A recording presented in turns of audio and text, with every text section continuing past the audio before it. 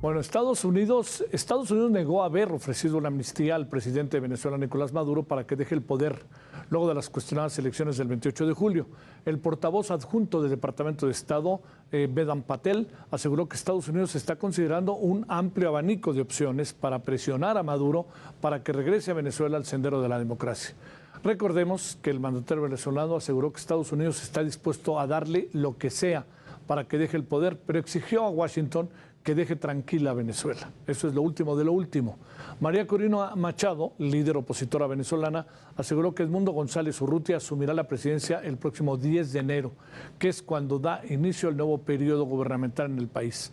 Esto luego de que el Consejo Nacional Electoral no ha publicado pruebas que confirmen los resultados ni ha cumplido con los mecanismos que establece la Constitución.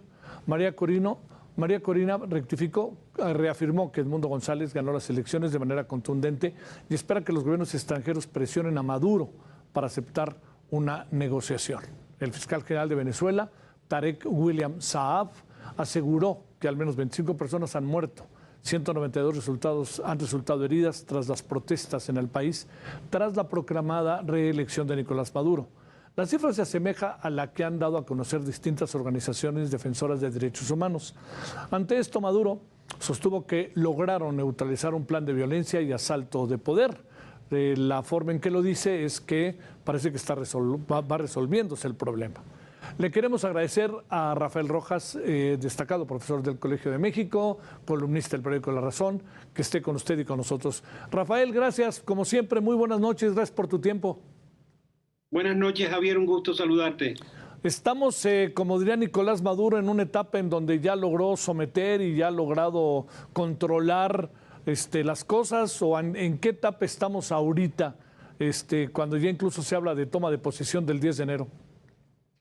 Bueno, eso está por verse. Todo parece indicar que en efecto ha bajado un poco la violencia. Habría que recordar que el estallido social fue muy intenso en los días que siguieron al anuncio de los resultados electorales, el 28, el 29 y el 30. Hay barrios muy violentos en la periferia de Caracas, como Petare, que estuvo muy involucrado en el conflicto de múltiples amenazas a la seguridad en esa región de la capital, porque ahí actúan los cárteles de la droga, los grupos paramilitares, las bandas criminales urbanas. Hay sectores, por supuesto, también del madurismo y sectores más simpatizantes de la oposición, o sea que es como un polvorín eso ahí. Pero evidentemente la violencia puede desatarse en otro momento. Por ahora hay ese impas y que tiene que ver con el hecho de que hay, como tú sabes, Javier, un cierre, digamos, del conflicto electoral o postelectoral, y ese cierre se debe a que el gobierno da por válidos unos resultados que no reconoce la oposición y yo te diría buena parte de la comunidad internacional. Hay un grupo importante de países que está esperando evidencia empírica de los cómputos electorales que realizó el Consejo Nacional Electoral. Dentro de ese grupo grande hay una negociación en curso encabezada por los gobiernos de Brasil, Colombia y México, hasta lo que supimos el viernes pasado de parte del gobierno brasileño y también del comunicado de los dos gobiernos. Estos gobiernos no aceptarían la solución de que el Tribunal Supremo de Justicia de Venezuela certifique las elecciones, que es un deseo del gobierno de Maduro y de sus aliados. Eso querría decir que si en los próximos días el TSJ valida el triunfo de Maduro, tendría que haber un tercer boletín de estos tres gobiernos. Ya este fin de semana algo adelantó el gobierno de Lula en una noticia que filtró Clarín, de que el gobierno brasileño no estaría dispuesto a dar el reconocimiento a partir de cualquier comunicación del Tribunal Supremo. Por otro lado, el Tribunal Supremo ya ha declarado a Edmundo González Urrutia en desacato, es decir, que el proceso de criminalización de Edmundo González Urrutia y María Corina Machado continúa. Todo eso será también sumamente conflictivo desde el punto de vista internacional, porque son dos políticos con su reconocimiento también a nivel, por lo menos, de las democracias occidentales. Así que este es, como decíamos, como un juego político cerrado hasta por ahora. Sí, por ahora. Oye, a ver, ¿qué pasa con la oposición? ¿Cuánto tiempo podrá la oposición mantenerse en las calles y en la protesta, reconociendo que han hecho un gran trabajo y que también hay algo que el otro día nos decían, Rafael? El tribunal, las autoridades electorales tienen 30 días para presentar las actas. Los 30 días desde hace tiempo corren, ¿no? Y Sí.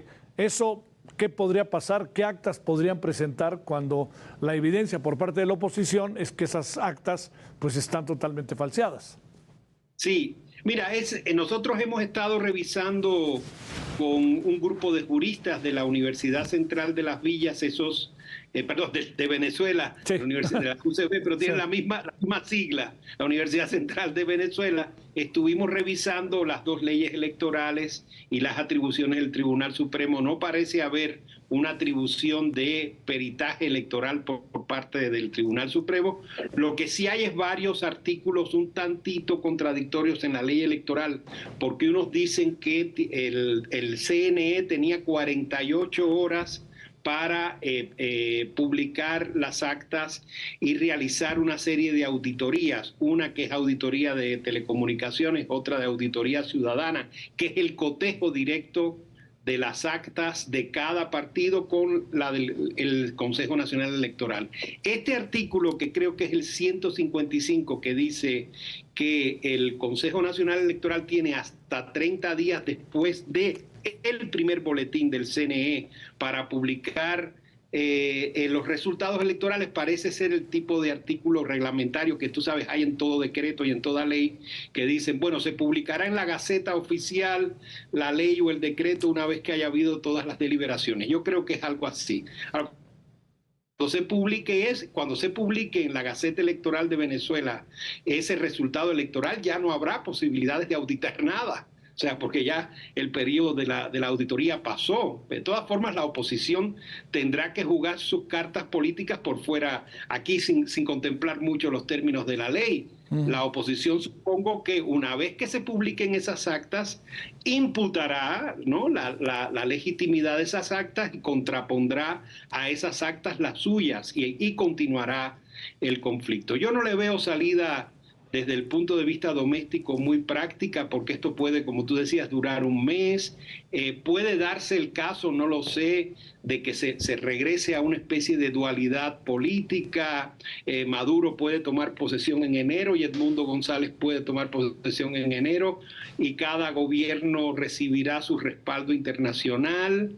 Desde el punto de vista regional, las cosas pueden complicarse. No sé por qué me dio la impresión, no sé si tú tuviste la misma, que en la última declaración de la presidenta electa Claudia Sheinbaum hoy parecía aludir a algún tipo de organismo internacional al que podría recurrir México u otros gobiernos de la región para enfrentar la crisis postelectoral en Venezuela. No dijo qué organismo internacional, pero sí dijo, para eso existen instituciones internacionales, organismos internacionales, pero me llamó la atención que no mencionó la negociación en curso con el gobierno de Brasil y el gobierno de Colombia. A todas estas, como se sabe, ya está planificado un viaje de Lula a México pronto, en septiembre. Sí. Y es muy difícil que en ese viaje no se trate el asunto de Venezuela. Da la impresión de que el gobierno de México y el de Brasil no están en la misma tonada, quizá para decirlo metafóricamente, respecto a Venezuela, ¿no? Y da la impresión de que es evidente que Brasil se ha convertido en la cabeza de cualquier tipo de negociación, ¿no? Hay algo de eso. Desde antes de las elecciones sentíamos esa no sintonía, digamos, ¿no? Ándale. Exacto, entre el gobierno de México por un lado y los gobiernos de Lula, Petro y Boric. Cuando estos tres gobiernos demandaron garantías de elecciones equitativas. Ahora, evidentemente, México forma parte con Brasil y Colombia de una negociación, pero el lenguaje en efecto es distinto. Uno pensaría de que las expectativas, digamos que vamos a decirlo así, las expectativas de persuasión diplomática son más altas en el caso del gobierno de Lula que en el caso del gobierno de López Obrador, sí, y del gobierno entrante de la doctora Sheinbaum. Sí. Oye, pues van tras Edmundo y tras María Corina. ¿Qué pasaría si los detienen?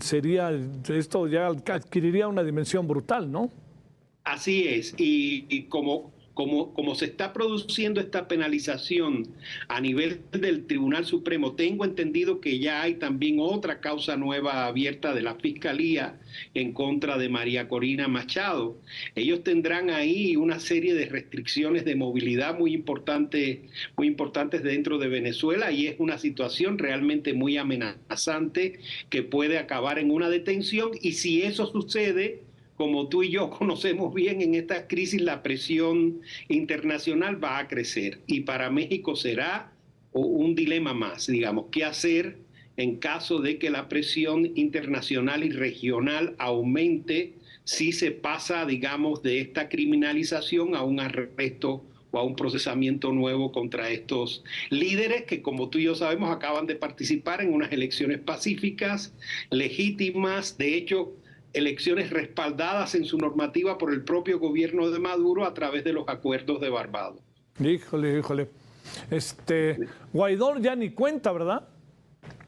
Yo creo que no, sí, no, bueno, creo que, no sé creo que ni siquiera es legislador actualmente, pero bueno, en todo caso es un ex legislador con alguna posición, supongo que sea importante en la corriente política específica a la que él pertenece. Yo tengo la impresión de que esa es una corriente dentro de la oposición venezolana que ha sido rebasada en los últimos meses y años por la corriente más partidaria de la acción electoral pacífica, ¿no? Con una presión internacional moderada. Lo que hemos visto, por ejemplo, en los mensajes tanto de Machado como de González Urrutia es un respaldo y una bienvenida también a la gestión de Brasil, Colombia y México, lo que demuestra un realismo político muy notable, tú sabes, en la corriente más de Guaidó, de hace 3 o 4 años, cualquier entendimiento con gobiernos de izquierda no sería bien visto, ¿no? En América Latina, quiero decir. Sí, parece que el gobierno mexicano, así que diga, simpatiza con María Corina, la impresión es de que nomás no. No mucho. Hoy, por lo que vimos hoy, no mucho, la verdad. Sí. Esa impresión también, sí. Te mando un gran saludo, Rafael. Buena semana. Muchas gracias que estuviste con nosotros. Gracias. Un abrazo, Javier. Cuídense. Gracias. Muchas gracias. Buena semana, Rafael.